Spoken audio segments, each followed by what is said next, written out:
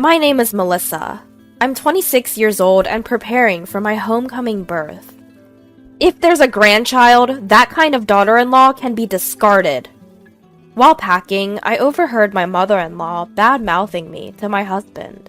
She's inconsiderate, not cute, doesn't bring in money, has no redeeming features. You don't need someone like that anymore. She's so annoying. That's what I wanted to say back to her, but I'm heavily pregnant. Considering my notoriously harsh mother-in-law, if I lashed out, I'd probably get an even worse response. Ignoring the negativity for the sake of prenatal care, I decided it's best to quickly switch gears and enjoy my time. I convinced myself of this and diligently got back to packing. Mama will do her best, so come out healthy, okay? I was excited to meet my adorable baby soon, so during my homecoming period, I energetically took walks and spoke to my belly every day. During this homecoming period, I could spend my time in a very relaxed mood. My mother-in-law, who comes without notice, overstays her welcome, criticizes the food, complains about the nursery I've prepared for the baby, just keeps complaining about anything and everything. Eventually, the long-awaited baby was born safely, and raising her in my cheerful childhood home, even though it was busy, was a lot of fun. Well, I'll be back next weekend. I reported this to my husband over the phone, but I honestly wanted to stay at home a bit longer. But I can't be spoiled forever, and I'm worried about our own home. Since my husband is not interested in housework, I wondered if the house might be a mess. This is going to be your home, Lisa. We need to get back and make it a comfortable environment. As she filled her belly and slept peacefully in my arms, I smiled back at my child. I'm back! Brian? I had a lot of luggage and I pressed the doorbell, hoping someone would open it for me, but there was no response, so I had no choice but to struggle to unlock the door and enter the house, but there was no sign of anyone. I had told him I would be back at this time. As I headed to the living room with that thought, I was frozen in shock by the sight that greeted me. What is this? The room was so cluttered, there was no place to step. It's not just a mess because no one has cleaned. At a glance, it seems intentionally made messy, rather like things had been flung around randomly. Could it be a burglary? Scared, I rushed out of the house. Hello? Is this the police? I just came back from my homecoming birth and my house is a mess. While I was trembling and making the call, my well-slept child began to fuss and I was in a panic. A familiar neighbor who was passing by became concerned for us and let us rest in their house for the time being. The neighbor was able to calm my shaking with fear and surprise, and after my daughter drank some milk, she fell asleep again. Before long, I heard the sirens of the police cars, and I returned to my house accompanied by my neighbor. The front door was locked. I got scared seeing the living room and haven't checked the other rooms. When I explained, the police praised me for my good judgment. I learned that when a burglary occurs, it's dangerous to encounter the intruder. It's safer to go outside and wait for the police, rather than checking on your own. I had been in such a rush that I didn't even consider the possibility of running into the burglar. But upon imagining it, I was filled with fear. What? What's this? Why? The police? The shrill voice echoed when I had just finished explaining the situation. Oh, it's a terrible situation, mother-in-law. Our house is in a complete mess. We suspect a burglary, and the police are here to investigate. Before I could finish my sentence, I felt a harsh slap across my cheek, which made my vision sway. Amidst the commotion of the neighbors and police, I instinctively held my stinging cheek, while my mother-in-law, her face flaming red, shouted loudly, "You shameless woman! How dare you do this? A burglary, you say? And to call the police? What were you thinking?" Huh? I was stunned, unable to comprehend the fury of my mother-in-law, coupled with the throbbing pain in my cheek. A neighbor stepped in to mediate, telling her that calling the police is not something to be ashamed of, and that investigating is the police's job. But she wouldn't listen. Really, you're so irresponsible. You might be home for childbirth or whatever, but you left my dear Brian alone and went back to your parents' house. You're nothing more than useless if you're not home doing housework. And what's more, the moment you return, you create a police commotion? You're indeed an outstanding wife. Despite everyone around explaining that it wasn't my fault, she wouldn't listen. I was trying to get my head around it when a thought struck me. Even though we may have been burgled, you're not concerned about any losses? And besides, it's the first time you're seeing your grandchild, yet you don't seem interested. Why? Everyone around me nodded in agreement with my words. That's because... It's not time for that! How dare you blame me without even apologizing? My mother-in-law ignored my question completely, insisting on her point. Mom, what's going on? Brian, my husband, cut into the argument, seemingly relaxed. Brian! You see, listen to this! It's terrible! The appearance of her beloved son put a gleeful expression on my mother-in-law's face. Melissa seems to have called the police. Huh? Why? She's been saying there's been a burglary. There's no way that could be true. Brian, please tell her not to behave so absurdly. Is that so? Hey, Melissa, maybe you understood about the burglary? It's causing a nuisance to the neighbors, you know. The police are also busy, so let's send them home soon. What? I was staggered, but for a different reason this time. Not only my hostile mother-in-law, but also my husband Brian. I couldn't believe he'd say such a thing. Wait, Brian, our house is in a mess. The police are still investigating. We don't know if it was a burglary yet, but the state of the house is weird. We're about to check if anything is missing and file a report. No way! That's out of the question. Brian cut me off with a loud voice. But why? The conversation was not making any sense. I was at a loss, and tears started to well up in my eyes. I came back here, and there was no one, and the room was a mess. I didn't know what happened, and I was scared. I couldn't hold back my sobs. A neighbor was comforting me, and their warmth made me cry even more. Yet both my mother-in-law and husband in front of me seemed annoyed and simply stared at me. Why won't you understand? My heartache seemed to have reached my daughter, who was asleep, as she started crying too. This only irritated my mother-in-law and husband even more. With the kindness of the neighbors and the concerned look of the police, I ended up staying over at a neighbor's house that night. Stolen things? I don't know. Melissa's just making a fuss. Let's go inside. Yeah, Melissa, cool your head off. My mother-in-law and husband seemed not to care about the mess and quickly went inside after the police finished their investigation. I didn't think he was that kind of person. Standing in front of the closed door, I remembered my husband's words. My mom still thinks I'm a kid, and it's super annoying. I generally go along with her just to avoid conflict, but it's really a bother. Even though he used to say such things. However, I couldn't just stand there forever. After apologizing over and over, I ended up spending the night at my neighbor's house. Mom has to be strong. I'll do my best. To my daughter, who was finally falling asleep despite being fussy, I said this. The next day, when I headed home, my mother-in-law and husband were there. Mother-in-law, did you actually sleep here? Even with everything in such a state. The living room was somewhat cleared for them to sit, but it looked no different from the day before. I had checked the other rooms with the police, and it seemed as if stuff had been dumped out of the storage in all of them. The sight was the same everywhere. Despite constantly complaining about my cleaning, my mother-in-law had actually stayed in the house in that state. And she hadn't started cleaning or anything. She just sat there, looking grumpy.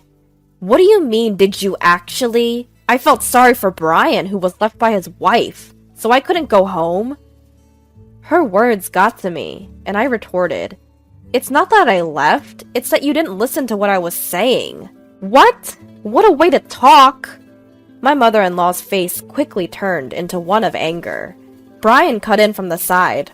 Also, stop making a fuss about a burglary. Has your head cooled off? He said it in a way that was annoying, and I felt something snap inside of me. That's right. It's not like we were burgled, right? I was surprised at how low my voice sounded. But Brian didn't respond to my angry tone. He just smirked a bit. Yeah, finally understood? That's right, you were overreacting about the burglary. Anyway, start cleaning. Brian said it as if it was someone else's problem, and my mother-in-law also raised her chin in a triumphant way. Housework and childcare are a wife's job, aren't they? My mother-in-law said this in a sickeningly sweet voice, as if talking to a pet.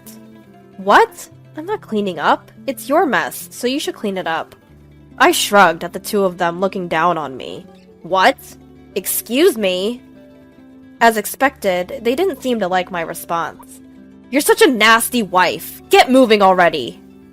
My mother-in-law snapped at me, huffing and puffing. What a pain. My husband grimaced. In front of them, I handed them the divorce papers I had received and filled out first thing in the morning. I want a divorce. Huh? My husband blinked, looking taken aback. That's right, I want a divorce. Right now. At that, my mother-in-law snatched the divorce papers and dramatically moaned, Oh, poor Brian! How terrible to be treated like this! As she cradled my husband's head. Just a big baby, aren't you? I had tried to hold my tongue, but my true feelings slipped out. What did you say? Melissa, you? The two of them were so angry, they seemed to be on the verge of bursting. Of course, they weren't going to take my word sitting down, but I wasn't going to back down either. Did you not hear me, or can you not understand, big baby Brian? Divorce! Here are the papers, please sign them right away. I knew it was petty. I knew I shouldn't sink to their level. But at that point, I didn't care. Enough with the jokes! Bow down! Apologize! Angry, they threw me to the ground, pressing me to the floor. Apologize now! Brian's strength made it hard to breathe, and my eyes filled with tears. Then, Melissa! Get your hands off my daughter!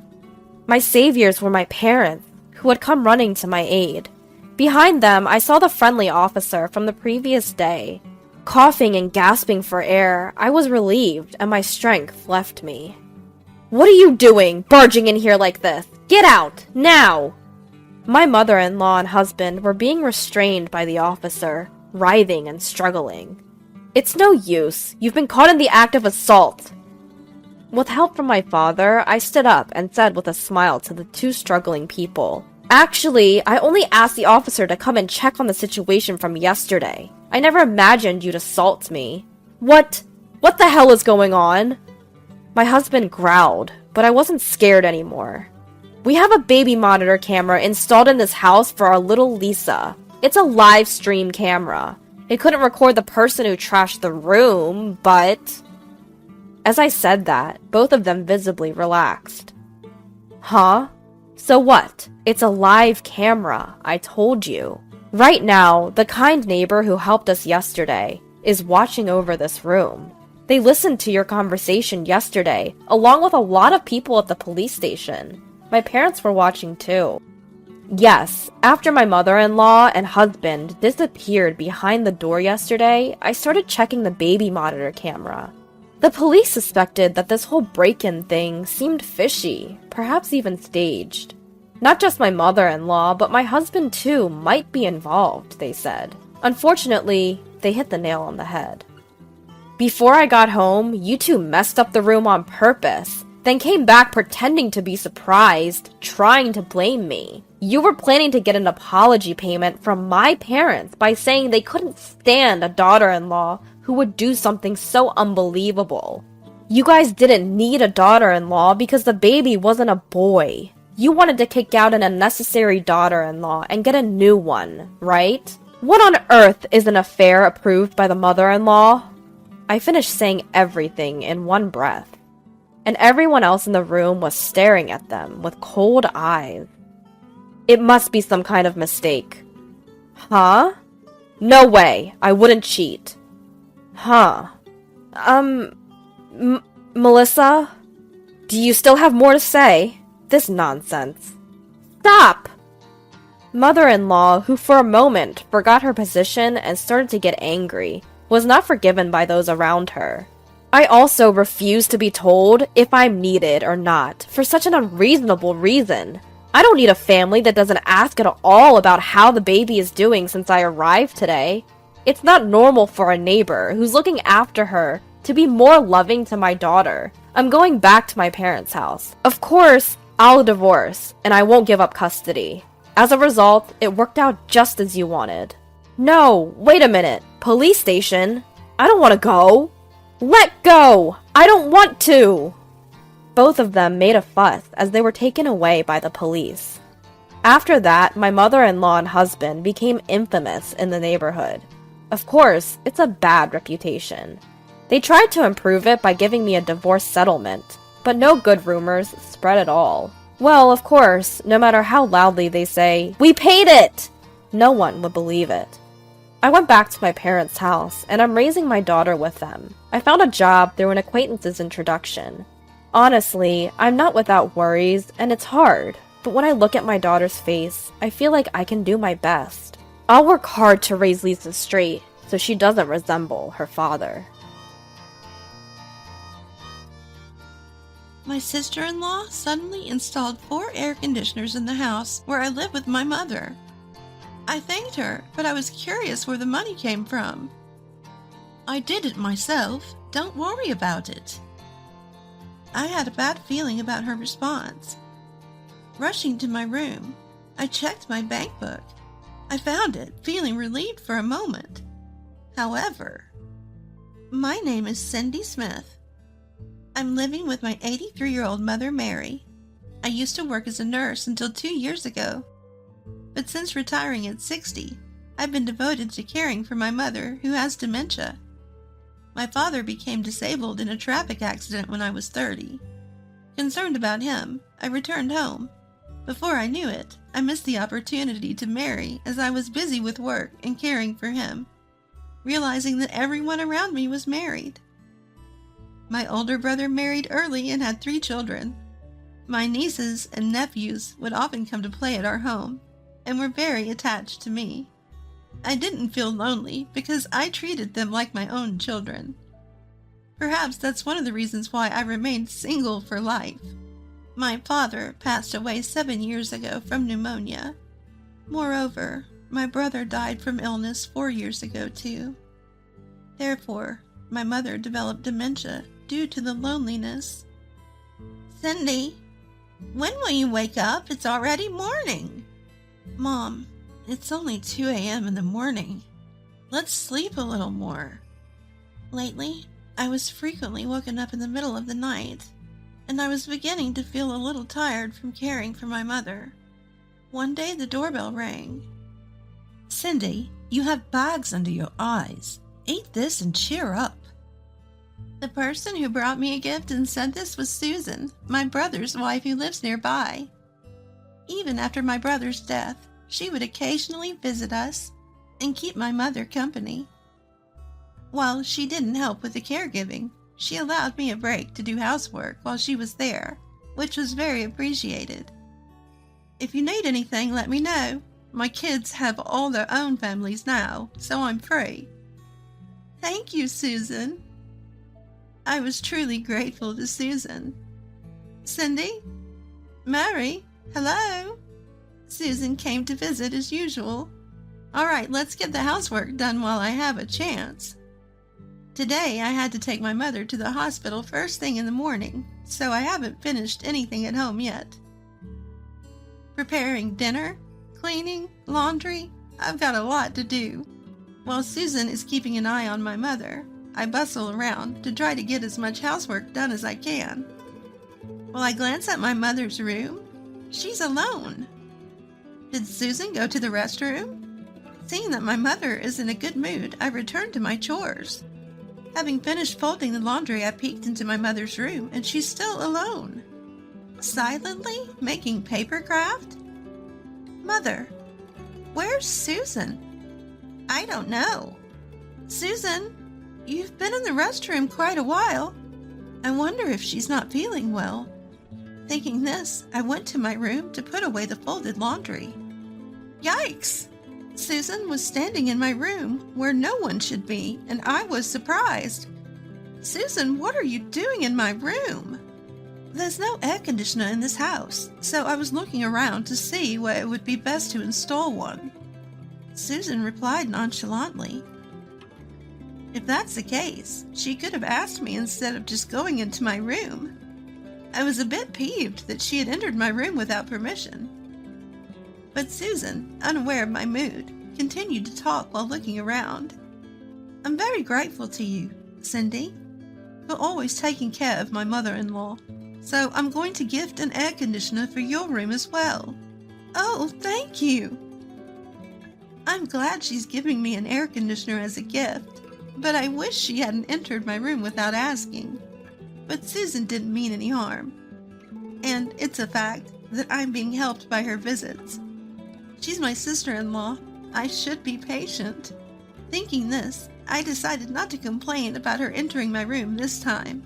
2 weeks later, the installation of the air conditioners was completed. Air conditioners were installed in each of the rooms we use, including mine, totaling 4 units.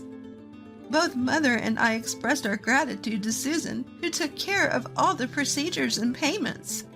Susan, thank you. By the way, what about the money? Don't worry about it. I did it myself, she said with a cheerful smile. Really? Thank you. I showed Susan my deep appreciation, but I felt a pang of worry inside. Susan had always been a homemaker. She's supposed to be living on her pension and savings left by my brother, but she bought 4 air conditioners all at once? That's quite lavish, isn't it? On closer thought, it wasn't just about the air conditioners. I remember my nieces and nephews and their kids, who are Susan's grandchildren, complained that Susan always takes them out to eat. Like their parents, the kids also look up to me and affectionately call me Granny Cindy, treating me like their actual grandmother. I was craving for Granny Cindy's home-cooked food. I recalled them saying this when they visited me, complaining that they're tired of the heavily seasoned restaurant foods at Susan's. Eating out with all those people every time must cost a fortune. I remember feeling worried about Susan's financial situation when I heard this. Another time, a nephew who had just graduated from high school and got a job showed up in a brand new car. Where did you get the car? I asked with my eyes wide with surprise. Granny Susan bought it for me, he said. Susan did, I exclaimed, taken aback. And to my further astonishment, he revealed that Susan has been giving expensive gifts like cars and bags to her other grandchildren as well. Why does Susan have so much money? I've been asking my nieces and nephews and their kids every chance I get. To my surprise, they all say the same thing. Granny Susan seems to have won at the slot machines. Remembering all this, I was taken aback. Could it be? I quickly went to my room to check my bank book. There it was. Thank goodness. I had been worried that when Susan was in my room uninvited the other day, she might have stolen my bank book. But I was relieved to see that wasn't the case. Just to be sure, I thought I'd also check my mother's bank book. I looked in the drawer where I usually keep it, but I couldn't find my mom's bank book or her seal. Mom, do you know where your bank book and seal are?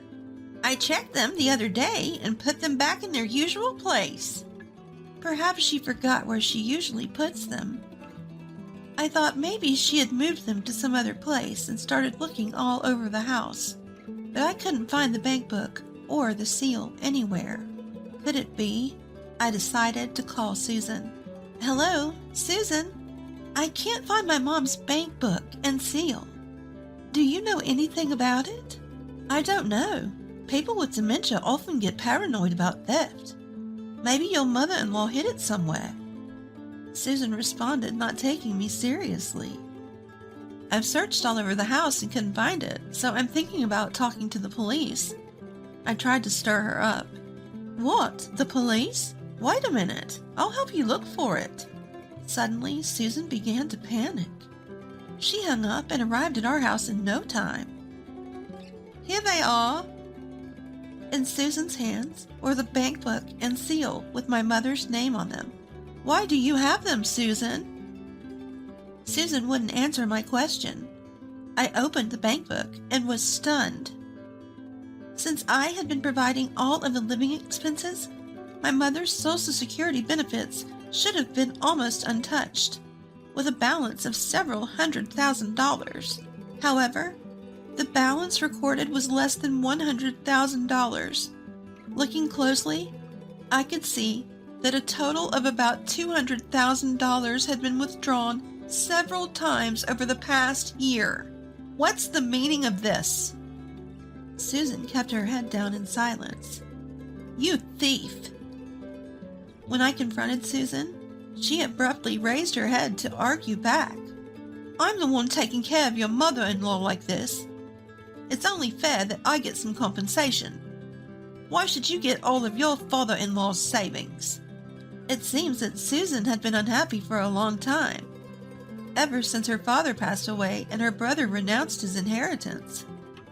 When their father died, her brother told her, "Cindy, I'm sorry. I've dumped all the caregiving for our parents on you, even though I'm the eldest son." He confessed that he had always felt guilty because he believed that the reason she remained unmarried was because she had missed her chance to wed due to her work in taking care of their parents. Caring for our parents is a given, and besides, I'm not even sure I would have been married if I wasn't busy. With a laugh, I responded. My brother then said, "Actually, I should have been the one taking care of Mom, but I think I only have a few years left to live. I hate to impose, Cindy, but could you please continue to look after Mom? Our dad didn't leave any debt, so I will renounce my inheritance. Please use my share for Mom's care and living expenses." At that time, her brother was in stage 3 of lung cancer and was repeatedly hospitalized. "Thank you. I'll take care of Mom. You should focus on your treatment. You have to stay healthy because you still have to take care of your grandchildren." And so that's how her brother ended up renouncing his inheritance.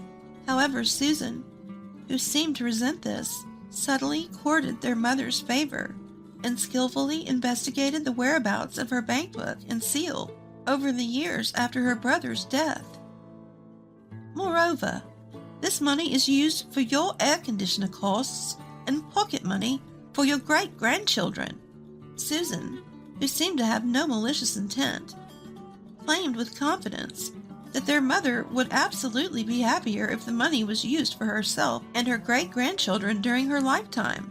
As I fell silent, Susan started to say even more incomprehensible things.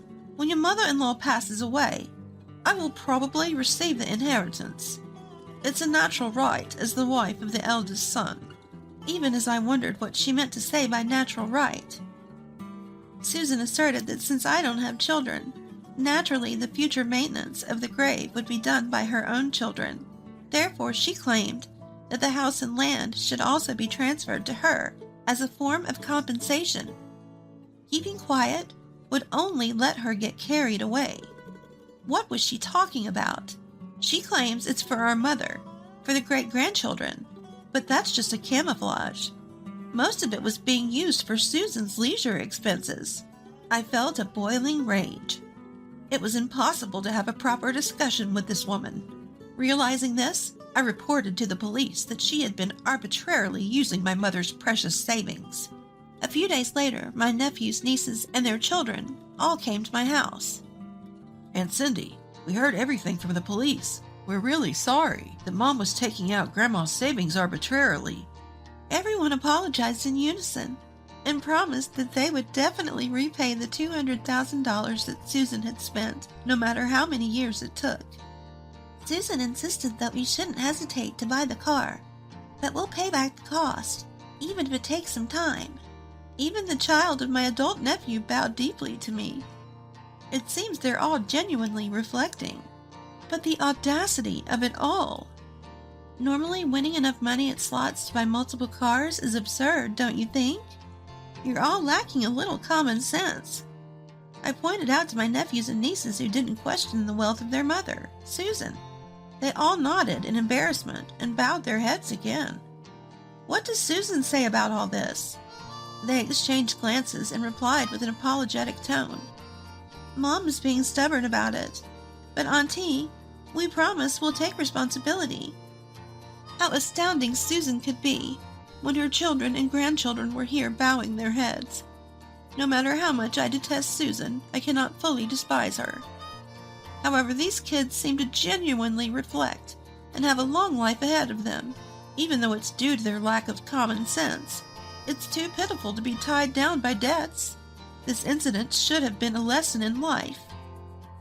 With that in mind, I told them, "You don't need to pay back the $200,000 that Susan spent. I'll withdraw the theft report as well. But remember this incident, and grow up to be sensible adults, okay?" They all nodded earnestly. I continued further. "In return for not paying the money back, even after Susan's death, none of her assets will be given to any of you." I made my point clear, and none of them opposed or showed any unpleasant expressions. We documented this in a written agreement and received their signatures. Once the agreement was completed, the child of my nephew muttered, "Cindy, we're really sorry. Can we still come over for dinner?" "Of course. Make sure you have plenty of talks with your grandmother. She's always happy to see her grandchildren and great-grandchildren." We all smiled. These kids will be all right. They should grow into fine adults, using their mistakes as a stepping stone. That night, I drafted my will. Until now, being childless, I had intended to bequeath my estate to my dear nephews and nieces who love me, but I decided against it, and instead will donate it to a welfare organization. Even though those kids were good, I couldn't get myself involved with them about their money matters.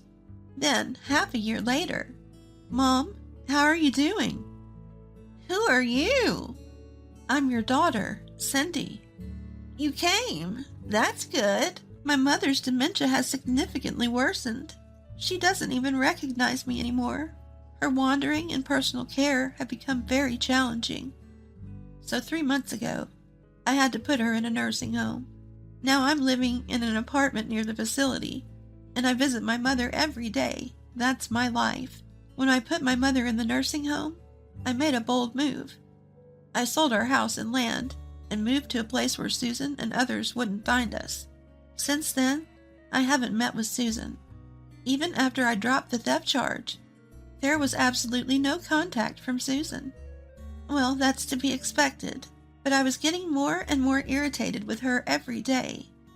"Cindy, smile, smile." One day, my mother's words shocked me. "If things keep going like this, I'll become a boring person full of hatred." Feeling a sense of crisis, I left the house I was familiar with and decided to start life in a new place. I finished moving and called my nephews and nieces to let them know I was now living out of state. "You still can't forgive Mom, can you?" To be frank, I don't want to meet or get involved with Susan ever again. Even when my mother passes away, sorry, but I won't contact you guys.